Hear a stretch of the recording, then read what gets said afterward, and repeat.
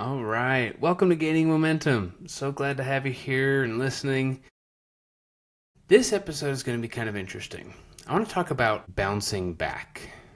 And I want to do that because I just recently had an experience where I felt like I kind of had to bounce back. Not on my normal list of what I had planned out to podcast about, but thought it was applicable and I thought I'd share my experience, and especially what I did wrong, hoping that it might be able to help you moving forward. I'm going to give a little context. For my experience, I just had a Zoom call with someone from a professional sports league. And like 97% of it was like perfect. It was really good, in fact. And that 3%, he gave a comment, and honestly, I'm so glad I don't remember right now, but it was something that was kind of just like derogatory. It's something where it's like, whoa, you don't really know me that well to be able to kind of make that kind of comment, and it kind of haunted me. It was a really shocking moment. I wish I could remember, actually, because I would say it, but I don't even remember. Doesn't matter, though. It threw me off. It threw me for a loop. It rattled me. I have been a part of literally thousands of interviews, but this comment that he made about me really kind of got under my skin. And it is so interesting how sometimes a single comment can ruin a day, especially if it starts off early in the day. I think everyone's had something like that. You know, whether it's a text, whether it's a comment from your social media, there's a whole bunch of junk. There's a whole bunch of bad in the world. And if we let that ruin our day, it certainly can, and it really will. I want to tell you what I did, and also I want to talk about how, in general, I think there could be a better way to move forward through it. So what I did is initially, I went and I was talking to my wife, and again, 97% of it, awesome, fantastic, went really well. It was very enjoyable, good conversation. And it's funny though, because I was so focused on the bad, I was kind of haunted by what he said. It's some kind of like deeply personal slight, and I'm not perfect. I understand that. It's kind of my purpose in creating this channel too. But it was like haunting me. It's like I couldn't get it out of my mind. And so I was telling my wife, and I kind of just kept harping on it. I kept talking about it. And now I want to tell you, I didn't in this situation, but most times I'm very close with my dad, and I've got some really close family members. And so oftentimes I'll call my dad and be like, oh my gosh, man, this is bothering me. And I'm just like festering on this same thing. I call him, tell him like, oh my gosh, like so weird. I can't believe you said that, whatever X thing happened or whatever it was. Then maybe I tell a sibling, and I'm spiraling. Normally, that is what I do. Okay, so my wife really helped me to be able to reframe the situation. Another thing that is absolutely helpful as a dad, when your kids, they just want dad.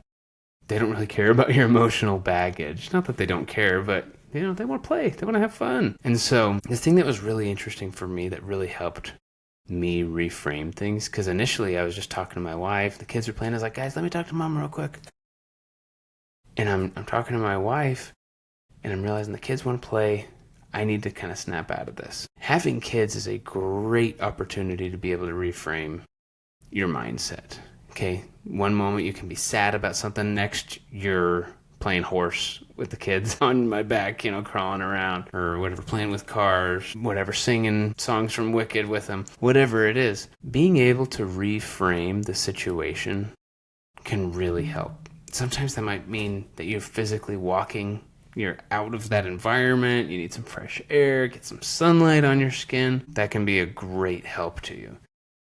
So whether you're reframing your situation physically or mentally, you need to kind of change that environment, or at least the environment within your mind. Okay? One of the other things my wife is super good at helping me. She knows me.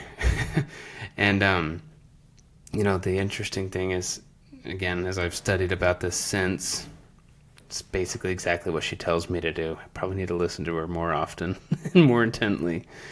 But, And one of the things I study about is understanding what can you control?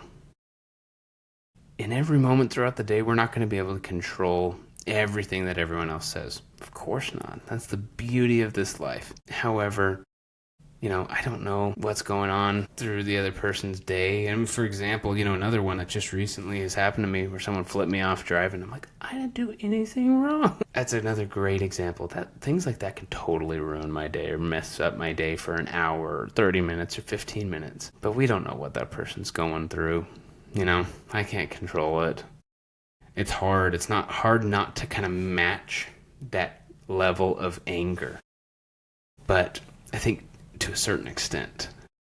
Number one, that's not who I want to be. I don't think that's who you want to be either. And then number two, they win. If we're matching their level of anger because they did something, they win.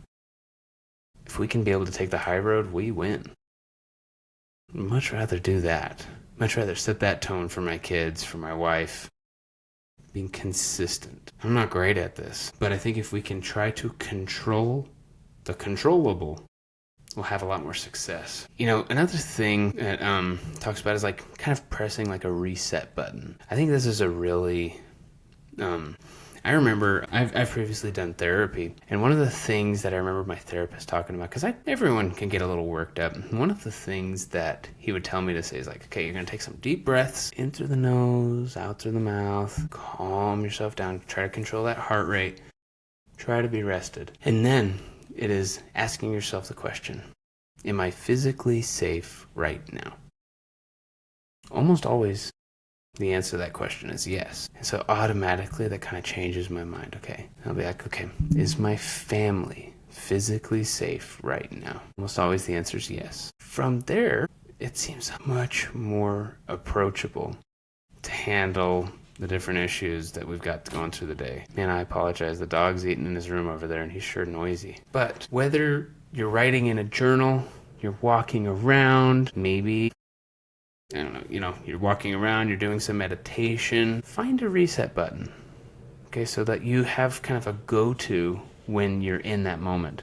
I've had times as well where I will like sing a song, especially if I'm like in the car, feel like no one can hear me, even though they might be able to. Singing some happy or even like a sad song, just belting it out, kind of changes the feel of the day. So if you can find a way to create your own reset button routine, I think that's going to be really valuable. We probably ought to do a whole nother podcast about that moving forward. The other thing too that's really, again, it's not the easiest thing to do, but I'm just want to give some ideas here, okay? Is separating that event from the rest of the day.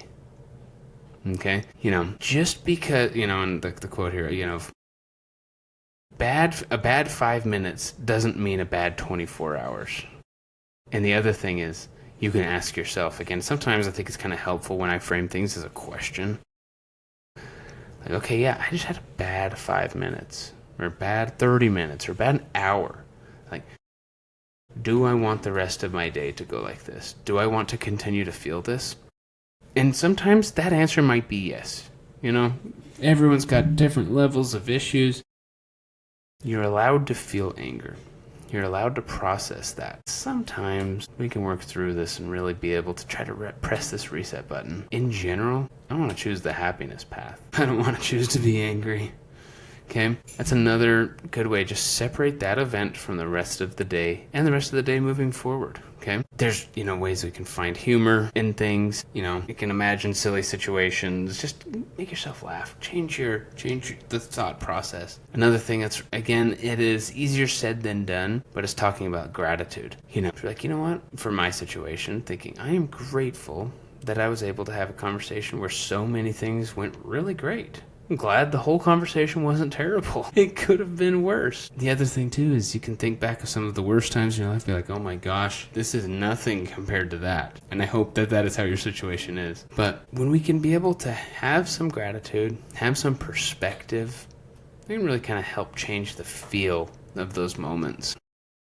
There was There's a quote that I wanted to share here. It says, "Can't change the direction of the wind, but you can adjust your sails." Now, that was a really kind of an interesting quote. I feel like lately there's been a whole bunch that has thrown people off, okay? And I am reminded of the Alex Hormozy podcast, which, again, I'd really recommend that if you haven't. But again, in a world where we've got social media, we've got so many things coming our direction, good, bad, ugly, fantastic, and downright horrible, sometimes we've got that notification bell and we're exposing ourselves to comments on social media or emails even.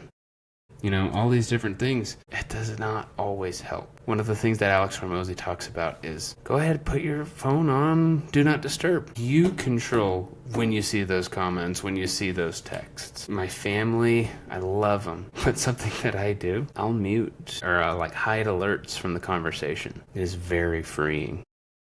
It's very freeing so that in those moments, I don't want to be distracted or bothered in one way or another or whatever it is. I can be able to be very deliberate about what I'm seeing and when I am seeing it. I'll give another example. I used to have a bad habit when we lived in Virginia. I would check my emails at this one stoplight. Kind of had a long drive.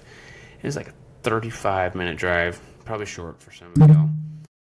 But on this drive, I'd get to this one stoplight almost every time I'd hit it, check my emails, and the rest of the time, my brain is thinking about the emails I need to respond to and what I need to do and blah, blah, blah, blah, blah, or if something bad happened, I'm immediately thinking about that. And the matter of fact is, I could have given myself an extra 30 minutes of happiness if I would have just not looked at my email until I could actually do something about it. If I could give some context and some wisdom, I would say do not let your notifications decide how your day is going to be. There's so much information. We're in an information overload. But you can have the power to say, you know what? I'm not going to look at those notifications, or I'm going to put my phone on Do Not Disturb, and I am in control. When I am ready to read texts for the day, I will read texts for the day. One of the most freeing things to me is that I don't have social media. I love it. It is so fantastic to not be bothered by everything going on in the world. There's plenty of good, don't get me wrong, but in general, I have found so much peace and happiness through not having social media and being selective on the notifications that are enabled on my phone. You can do this, okay? If you're having a tough day, I'm sorry about that. That's tough. Some days can feel really, really bad. Maybe some really bad things have happened. But I think if you can do a few of these things, feel grateful, get out in the sun, write in your journal, maybe you sing a song, look for some humor, some things, try to separate that event from the day, do that reset button routine of kind of meditating, catching your breath, realizing you can't control everything, and then just trying to reframe your situation. I think your day's going to get a little bit better. All right, I'm pulling for you. You've got an ally over here, and I hope that you'll continue to be able to gain momentum. All right, you've got this. Let's talk soon. Bye.